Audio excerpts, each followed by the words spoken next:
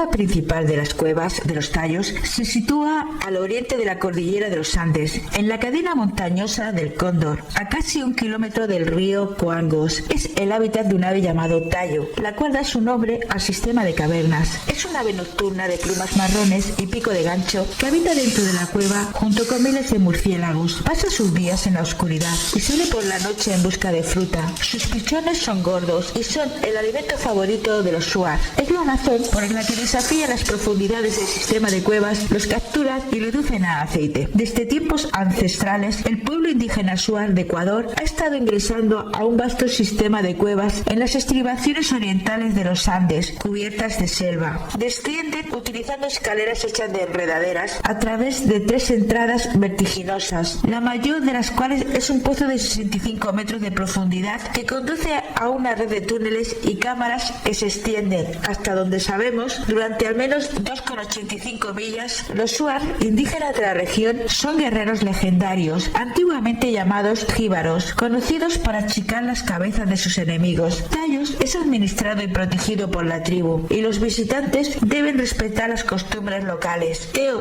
Toulcaridis, profesor de geología e investigador de la Universidad de las Fuerzas Armadas de Ecuador, aprendió esto de la manera más difícil en 2014. Después de unos días explorando la cueva, salió y encontró a 20 shuars enojados, esperándolo. Había contratado guías locales, pero otros shuar estaban molestos porque no los habían contratado a ellos. Mi guía me abrazó y me susurró: no te resistas. Entonces una mujer shuar lo azotó con un cinturón. Para los shuars, estas cuevas han sido durante mucho tiempo un centro de prácticas espirituales y ceremoniales, hogar de espíritus poderosos, tarántulas, escorpiones, arañas y boas arcoíris. En el siglo XX, un misionero católico romano llamado Padre Carlo Crespi, que nació en Milán en 1891 y murió en 1982, fue misionero salesiano en la pequeña ciudad de Cuenca, Ecuador. Dedicó su vida al culto, las obras de caridad y trabajó como educador botánico y antropólogo. En 1927 realizó un viaje a la selva amazónica para convivir con los indígenas de la tribu jíbaro, quienes eventualmente comenzaron a considerarlo un verdadero amigo de su pueblo. Ayudó a los indígenas locales, quienes le dieron algunos obsequios únicos que a menudo tomaban la forma de artefactos elaboradamente tallados. Algunos estaban hechos de oro y otros metales preciosos. Muchos de estos artefactos presentan tallas y símbolos que no están asociados con el pueblo shuar. Uno de los regalos fue una tableta de metal con 36 símbolos que nadie pudo traducir. A lo largo de las décadas le entregaron cientos de artefactos arqueológicos que datan de una época desconocida, explicando que eran objetos encontrados en una cueva muy profunda, llamada Cueva de los Tallos, ubicada en la región amazónica conocida como Morona Santiago. El padre Crespi, un hombre de cierta cultura, pensó que los signos jeroglíficos arcaicos eran la lengua materna que hablaba la humanidad antes del diluvio, en el Edén, en Armenia, sugiriendo que existía una conexión entre culturas que se desarrollaban en lados opuestos del planeta. Para 1960 la colección de artefactos se había vuelto tan numerosa que el padre Crespi pidió autorización al Vaticano para crear un museo en la misión salesiana de Cuenca. El museo fue el más grande jamás creado en Ecuador, hasta 1962, cuando un misterioso incendio destruyó las instalaciones y la mayoría de los artefactos exhibidos y conservados allí se perdieron. El padre Crespi logró salvar algunos artefactos que escondió en un lugar secreto de la selva para seguir estudiándolos. Estaba convencido de que las planchas de oro sin duda indicaban el contacto entre las civilizaciones sumerias antes del diluvio universal y las civilizaciones que se habían desarrollado en el Nuevo Mundo, América. El padre Crespi dijo que la cueva de los Tallos no tenía fondo y que los miles de ramales subterráneos no eran naturales, sino construidos por el hombre en el pasado y conectaban la cueva a una gran pirámide subterránea de donde procedían la mayoría de los hallazgos que le entregaron los indígenas. La pirámide, por temor a futuros saqueos, fue completamente enterrada con tierra por los nativos para que nadie pudiera volver a encontrarla. Esta historia se difundió en círculos académicos y esotéricos y varios investigadores se mostraron de acuerdo con las conclusiones extraídas por el padre Crespi. Uno de los artefactos era una gran corona de oro diseñada para una cabeza que era casi el doble de tamaño de los humanos que vive hoy en día. Puede que solo sea una coincidencia, pero los aztecas solían llamar a las antiguas civilizaciones que vivían en América Quinametzin. Como todos sabemos, la palabra Met también significa significa grande o grande en armenio. Mezin significaría perteneciente a lo grande. Juan Moritz, un apasionado por la antropología y lenguas antiguas, involucrado en el área de las concesiones mineras, llegó en 1964, recorriendo la gran región amazónica. Moritz entró en contacto con los Shuas, ganándose su confianza. Los nativos le permitieron ingresar al sistema de cuevas. Allí, supuestamente, halló una milenaria biblioteca con láminas metálicas y otros objetos de gran valor. He realizado el descubrimiento de manera enteramente fortuita, declaró luego en su denuncia notarial que realizó el 21 de julio de 1969 en Guayaquil. Fue el que quizás sea el documento más extraño y sorprendente de los que se han presentado en las notarías de Ecuador. Al mismo tiempo, y en un lugar muy lejano, Neil Armstrong daba sus primeros pasos en la Luna. Por increíble que parezca, ambas historias se cruzaron años después en las profundidades de la Amazonía ecuatoriana. El 26 de julio de 1969, con el patrocinio que el gobierno le otorgó, Moritz partió nuevamente a Los Tallos, esta vez junto con un grupo de guayaquileños. La expedición fue dividida en dos etapas. La primera para hacer un reconocimiento de las cuevas y la segunda para confirmar el supuesto hallazgo de la biblioteca metálica. El grupo cumplió la primera etapa y regresó a Guayaquil. La segunda etapa no llegó a efectuarse. Esta primera expedición oficial atrajo la atención internacional sobre las cuevas. Las fotografías tomadas por el equipo de Moritz mostraban un mundo subterráneo sorprendente, túneles y espaciosas galerías rocosas, coronadas por lo que parecían ser dinteles de líneas rectas. Juan Moritz consideraba estas estructuras como el resultado de antiguas intervenciones humanas. El escritor suizo Erich von Däniken, famoso en aquellos años por sus polémicas teorías de la influencia extraterrestre en la cultura humana primitiva, visitó Ecuador atraído por la historia de la expedición y en marzo de 1972 se reunió con Moritz. Según cuenta, le llevó a la entrada de las cuevas, pero nuevamente solo encontraron cámaras vacías. Moritz creía que todas las civilizaciones surgieron de una antigua nación húngara. En la mitología magiar antigua, en la mitología egipcia, griega, la caldea súmera, se habla del mundo subterráneo.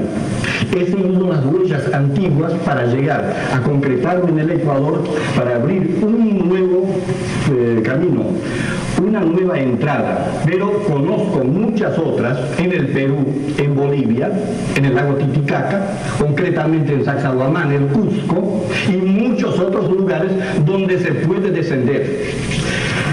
Pero hay que entrar a profundidades mayores para llegar realmente a lo que es el mundo subterráneo. Las entradas propiamente, Cueva de los Tallos, es apenas rasgar un poco el velo de ese mundo subterráneo. He conocido construcciones gigantescas en el mundo subterráneo. Grandes túneles y grandes salas perfectamente labradas, hechas por el hombre, con una gran cantidad de objetos que nos aclaran, que nos dan todo el pasado del hombre sobre la tierra.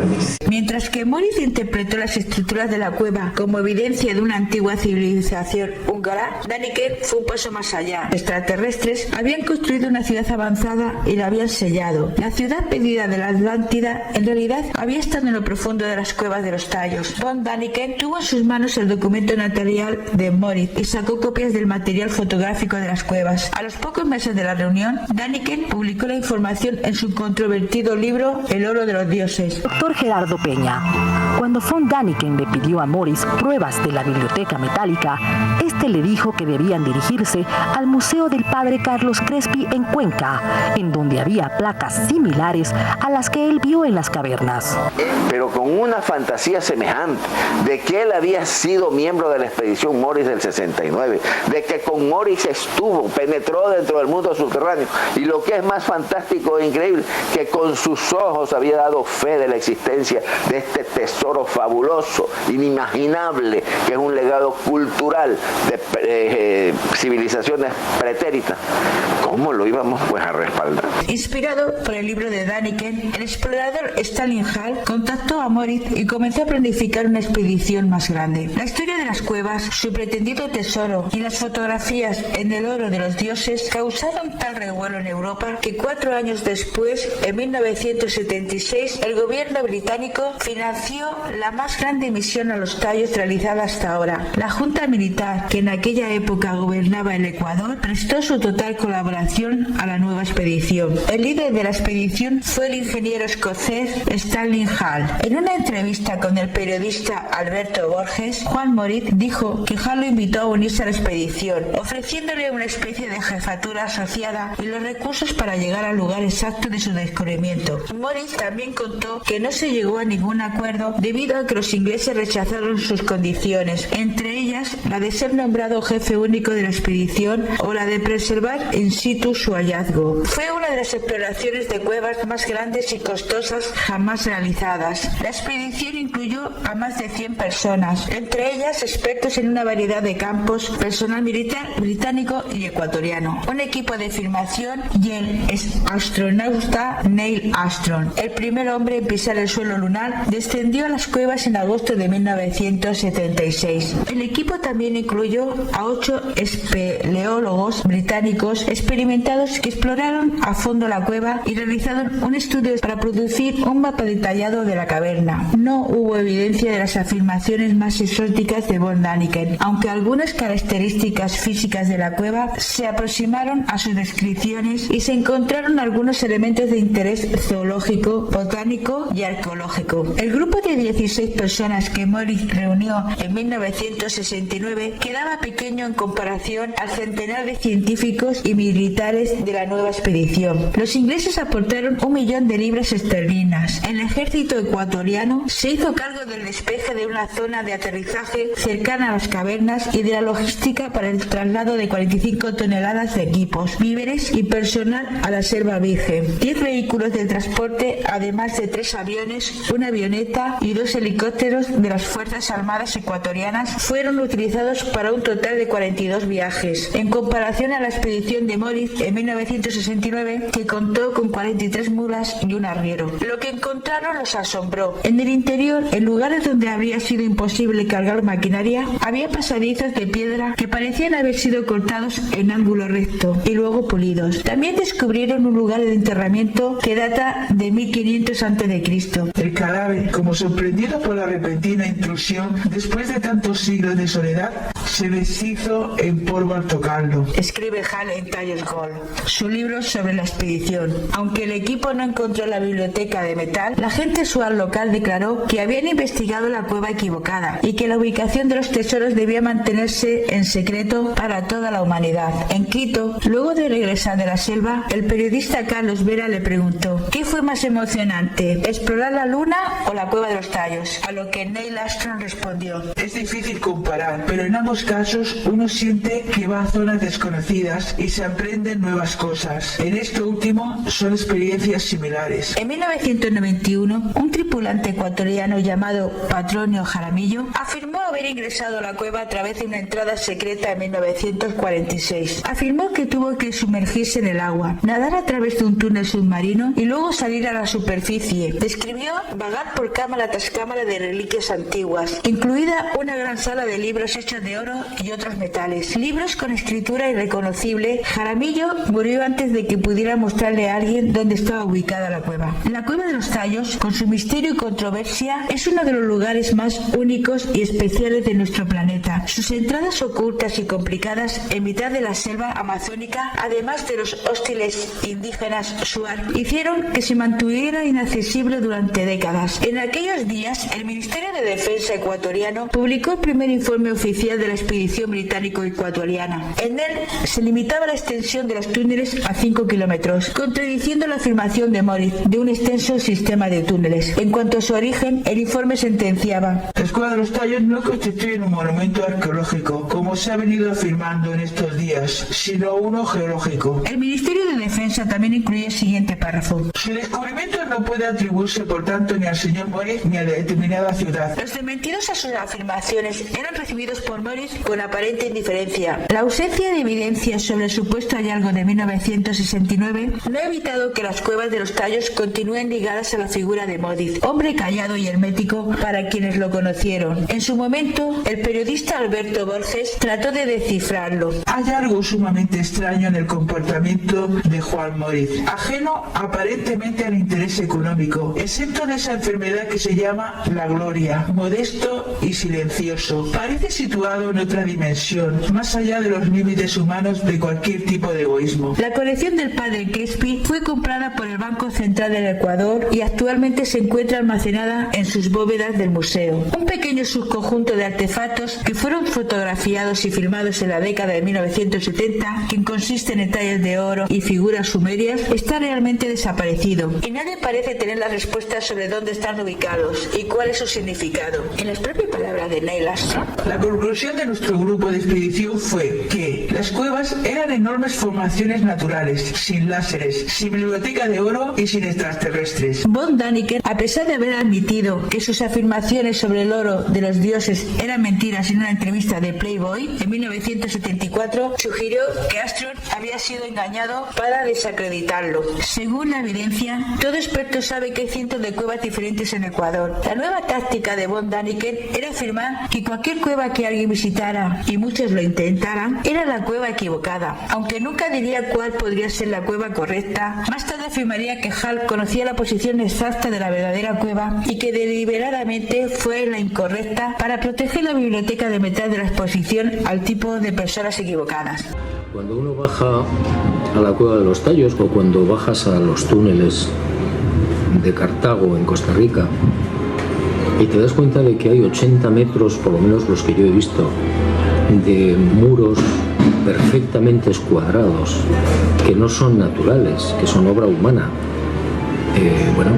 que no tienen ningún sentido desde el punto de vista actual, ¿no? Evidentemente te lleva a pensar de que hubo otra civilización o otra humanidad que construyó eso por alguna razón muy importante y que recién lo estamos prácticamente descubriendo, ¿no? Y estamos intuyendo que algo pasó.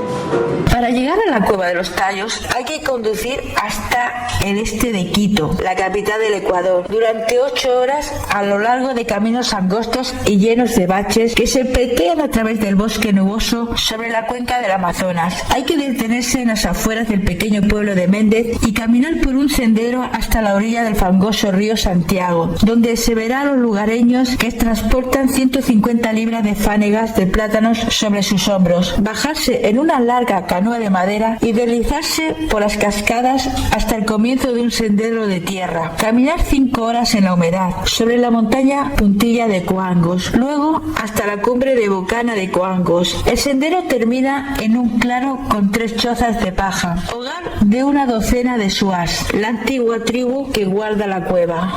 Moritz murió en 1991 en extrañas circunstancias que nunca fueron aclaradas, dejando en herencia todo lo que había encontrado en la cueva a su amigo Julio Goyen, que también murió en 1999 en un accidente de tráfico en Argentina. Todos los tesoros arqueológicos que encontró Moritz y heredó Goyen desaparecieron con la muerte de este último y nunca se ha vuelto a saber nada de ellos. El misterio está servido.